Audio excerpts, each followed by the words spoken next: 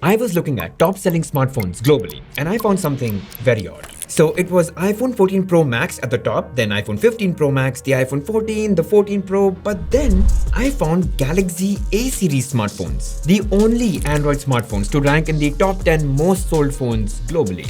In fact, even in India, the A series has contributed significantly to making Samsung the best-selling smartphone brand in India in 2023. Why? I mean, these are generally lower to upper mid-range smartphones. They come with Exynos chips that are not the most powerful chips in the segment. The phones still have nice and thick borders around its display, and it's not like they have top-of-the-line cameras or even blazing fast charging speeds. So what is it that makes them the most desirable Android smartphones on the planet?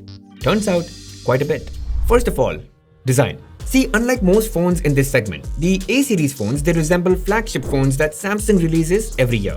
You get glass back, metallic frame, and a very similar camera island setup. So of course they look good, but it drives the perception that they're almost as premium looking as flagships. And you know what else they've been at the forefront of? Its durability. See, only now, phones in this price segment have started to come with Gorilla Glass display protection and IP67 or 68 water and dust resistance. The Galaxy A phones have been doing that for quite some time. And from what I hear, the Galaxy A55 that's about to come will come with Gorilla Glass Victus protection, which is what we saw with flagships in 2022. And perhaps we might see an IP68 water and dust resistance this time. You also get a hybrid SIM tray, so with a microSD card, you can expand storage by another 1000 gigs. And that way you're not stuck with the storage that you bought. Now next is performance, and I get it, their in-house developed Exynos is not at par with some of the Snapdragon variants out there in this price segment, but that hasn't stopped the Galaxy A series from being the most sold Android smartphones. And I'll tell you why. See, the vast majority of users, they just want to chat on WhatsApp, scroll reels on Instagram, watch videos on Netflix and YouTube, and capture casual moments. And for all of that, be it Exynos or Snapdragon, they are both more than enough to deliver a smooth experience for that kind of use.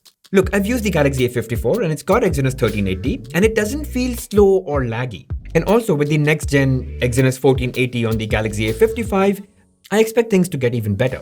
Besides, the Exynos 1480 does have the Xclipse GPU and that's going to lead to a massive improvement in gaming performance over any previous year Galaxy A series models.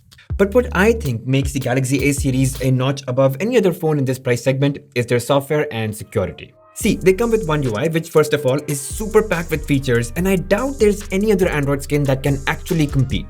Samsung is also very quick on their update cycle now. In fact, the Galaxy A54 from last year has already received the One UI 6 update. And for all you know, the Galaxy A55 may actually launch with One UI 6.1 that came with the Galaxy S24 just now.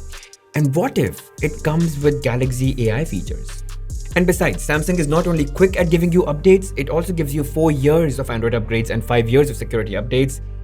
There's no other phone that's doing that in this price segment. But you know, updates and upgrades, that's on one side. It's also what's packed into the software. For example, there's Samsung Wallet, and that is something that no one else has. For example, with Samsung Wallet, you could tap and pay, which is something that even iPhones that cost more than 1 lakh don't give in countries like India. You could integrate your UPI, credit and debit cards, manage your bills from utilities to phone bills, and even integrate it with DigiLocker and have all your important documents in one place.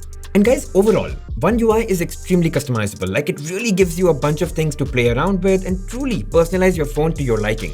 You can access a bundle of themes and wallpapers, and you could install something like GoodLock module to really take things to the next level. And on top of all of this, it is protected with enterprise-grade security, which is Knox. So, you know, it's got Secure Folder, which is like your personal vault where you can store files, photos, videos, and even run more secure and private version of any app that you want. And if you want more details on how it works, I've done a full video explaining everything. I'll leave a card right here, so watch that in your free time. Then there's Auto Blocker, now with One UI 6, that protects you from, any malicious attempts or any kind of USB hack to get into your phone and play with your data. Okay, and this is cool. They've got something called as maintenance mode. So if you go to the service center and you have to give your phone to them, you never have to worry about them going through your photos, videos, or data. Just put your phone into maintenance mode and that gives them enough access to work with the system and never be able to go through any of your data.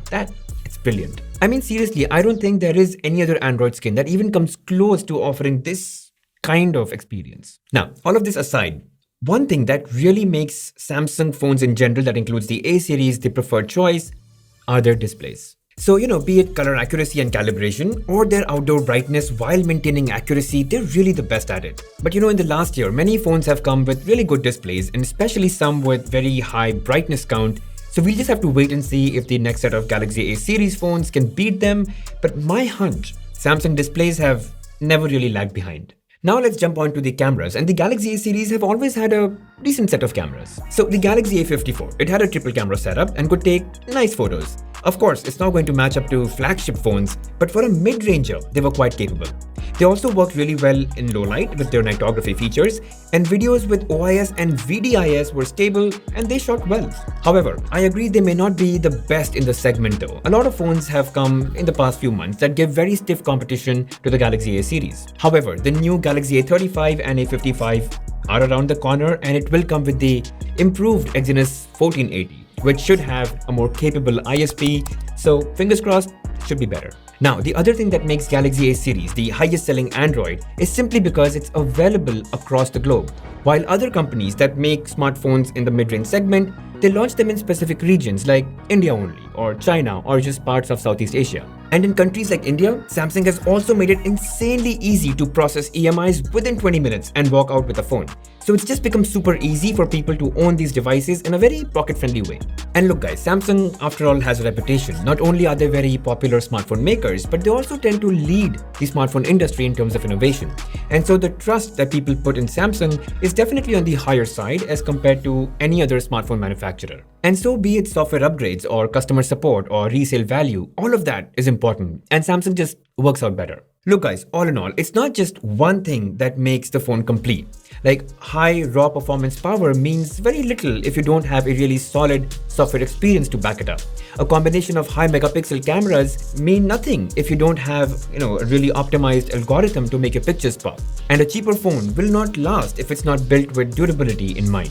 And it's understandable if someone does not want to compromise on performance at all, they will lean towards a more performance-centric phone. The same holds true for cameras. If for someone cameras are the most important aspect, they lean towards a more camera-centric phone. But then the Galaxy A series, it tries to address all these aspects together to ensure an all-round experience and not be too focused on one thing so much that it does not optimize the others. And that's where I think is where the Galaxy A series really nails its positioning in the mid to premium mid-range segment. Now look guys, a couple of other phones have launched in this segment very recently. There's the iQOO Neo 9 Pro, there's the OnePlus 12R, and the Galaxy A35 and the A55 are about to launch very soon. So I really just wanted to bring a few things into perspective, but of course, you've still got to compare and evaluate what's more important for you.